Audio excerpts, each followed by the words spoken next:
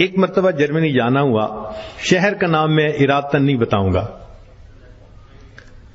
تو وہاں ایک مرتبہ اس عاجز نے کچھ اللہ کی مدد، اللہ کی نصرت کے متعلق بیان کیا۔ بعد میں کھانے کا وقت آ گیا تو کھانے پہ ایک پاکستانی انجینئر صاحب ملے جو وہاں کافی عرصہ سے سیٹلڈ تھے۔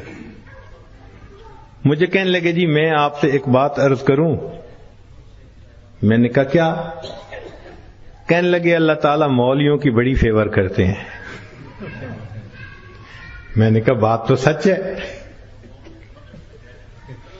اب چونکہ کھانا کھا رہے تھے پھر وہ کھانا کھانے لگ گئے۔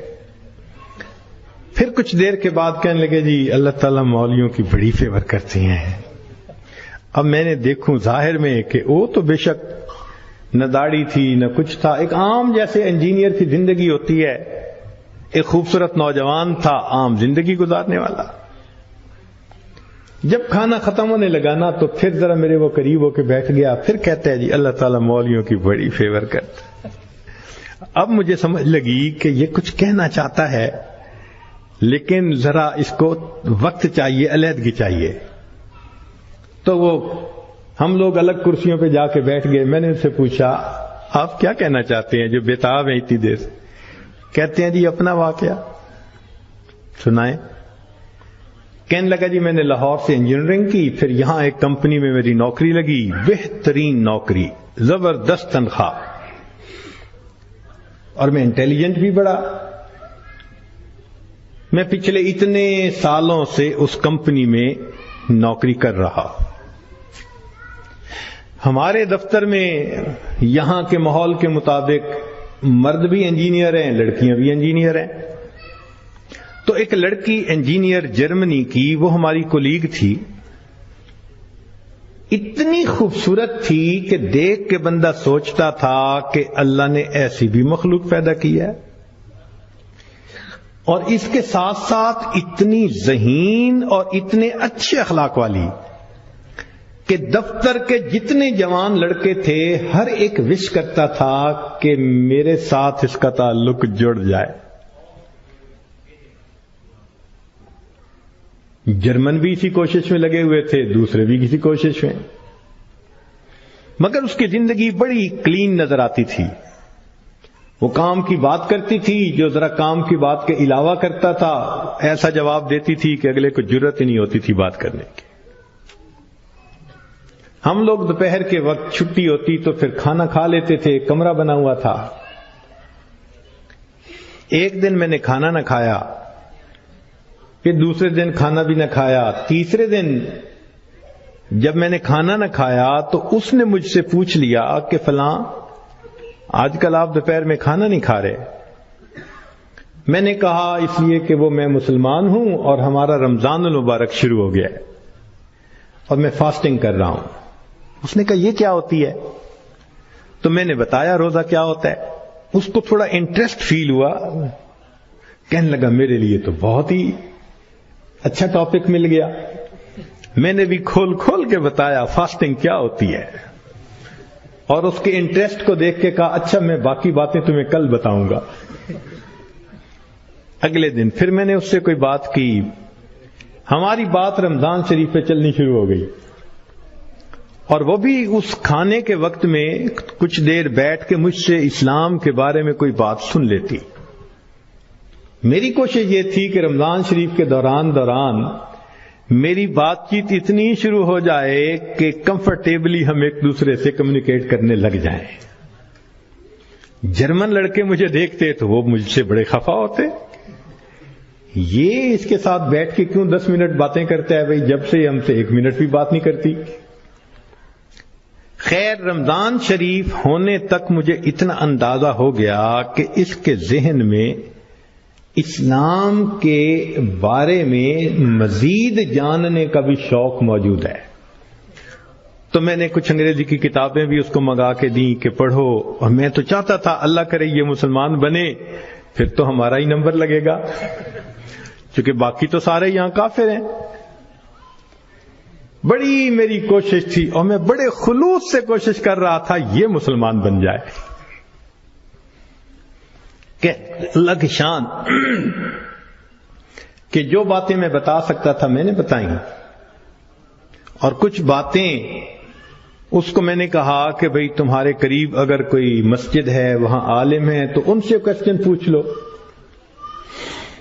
6 مہینے اس لڑکی نے اسلام کو اسٹڈی کیا، اور ایک دن آ کے وہ مجھے کہنے لگی کہ کل میں نے کلمہ پڑھ لیا ہے، اور میں نے دیکھا کہ اس نے اپنا سر بھی ڈھکا ہوا تھا۔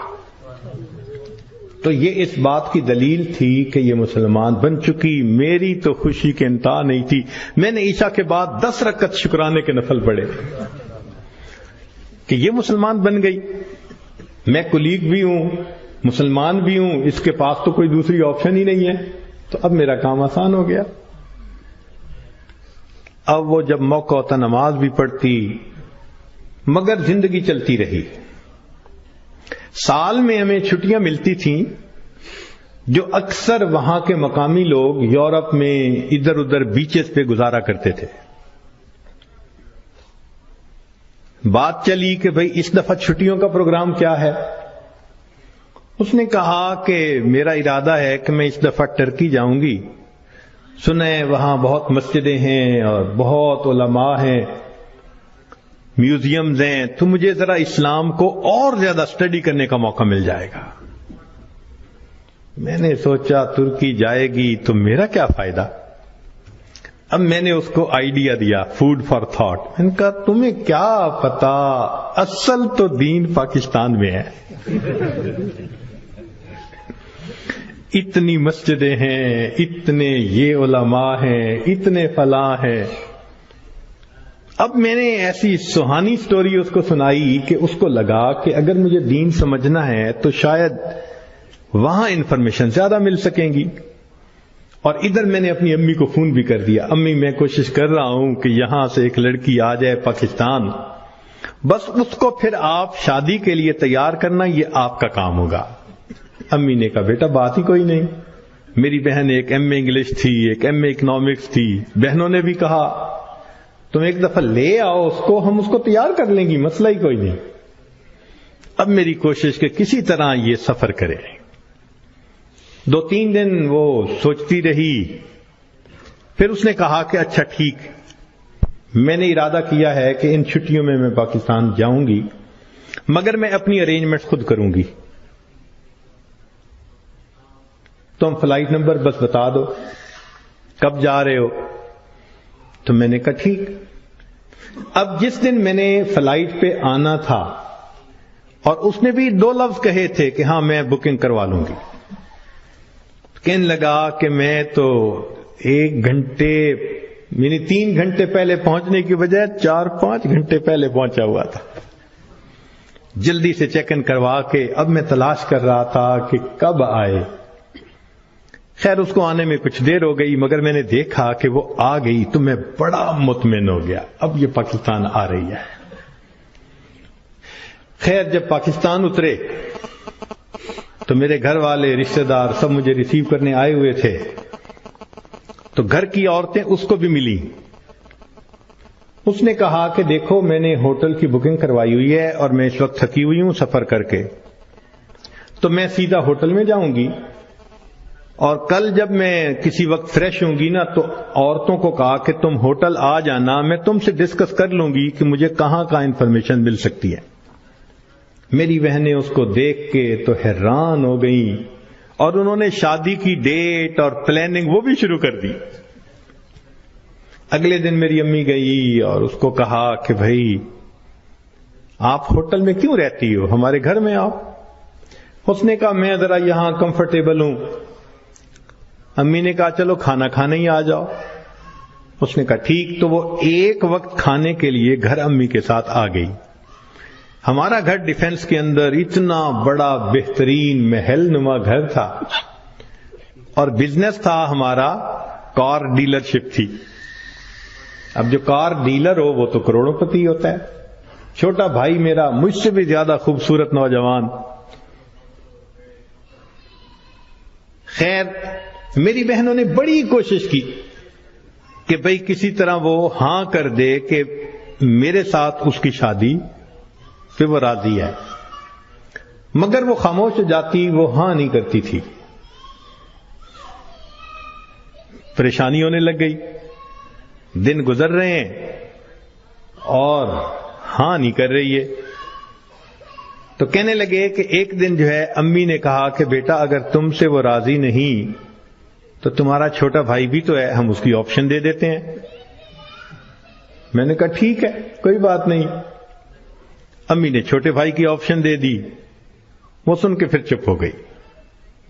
حتیٰ کہ آدھے سے زیادہ دن گزر گئے. فرض کرو 20 دن اس نے رہنا تھا تو 10-12 دن گزر گئے. اب امی کو ذرا فکر ہونے لگ گئی کہ یہ نہیں مانے گی. ہم پریشان بھی تھے. اللہ کی شان، ایک دن وہ امی کے ساتھ بیٹھی بات چیت کر رہی تھی. کچھ کہنے لگا میرے ایک چچا ہیں، تبلیغی بندے ہیں، سارا دن مسجد میں پڑے رہتے ہیں اور کام ہی کوئی نہیں ان کو. ان کا ایک بیٹا ہے اور اس بیٹے کو انہوں نے جامعہ اشرفیہ سے مولوی بنا دیا. وہ چونکہ میرے امی کے قریبی رشتہ دار ہیں تو وہ نوجوان ہمارے گھر آیا امی کو کوئی چیز دینے کے لیے. تو اس لڑکی کی ذرا دور سے نظر پڑ گئی کہ ایک بندہ ہے، داڑھی والا بھی ہے، ٹوپی بھی ہے اور وضاقتہ بھی دینی ہے. اس نے میری امی سے پوچھ لیا یہ کون ہے؟ اس نے کہا یہ میرے دیور کا بیٹا ہے، عالم ہے. اس نے کہا اچھا میں نے جو کچھ مسئلے پوچھنے تھے وہ میں اس سے پوچھ سکتی ہوں؟ امی نے کہا ہاں. کہنے لگا امی نے وہ مولوی صاحب کو بلا لیا اور وہ مولوی صاحب آ کے یوں نگاہیں نیچی کر کے کھڑے ہو گئے.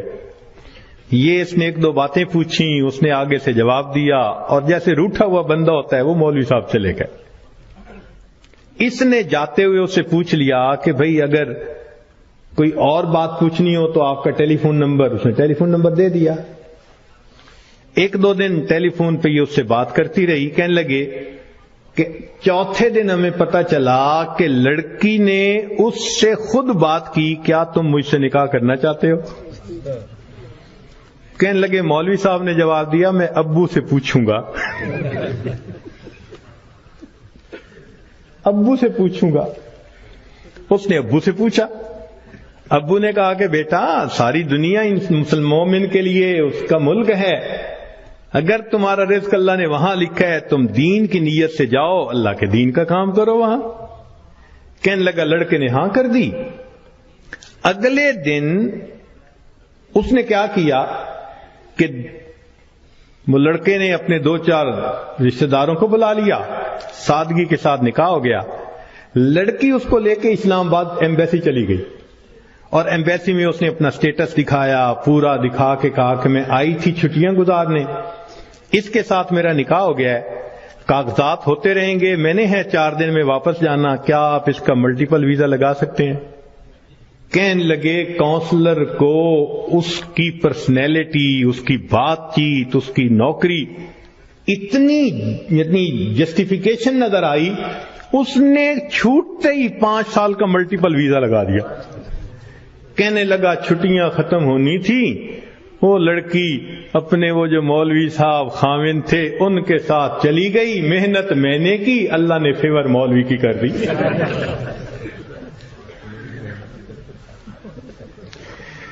وَهُوَ يَتَوَلَّى الصَّالِحِينَ، وہ اللہ نیکوکاروں کا سرپرست ہے.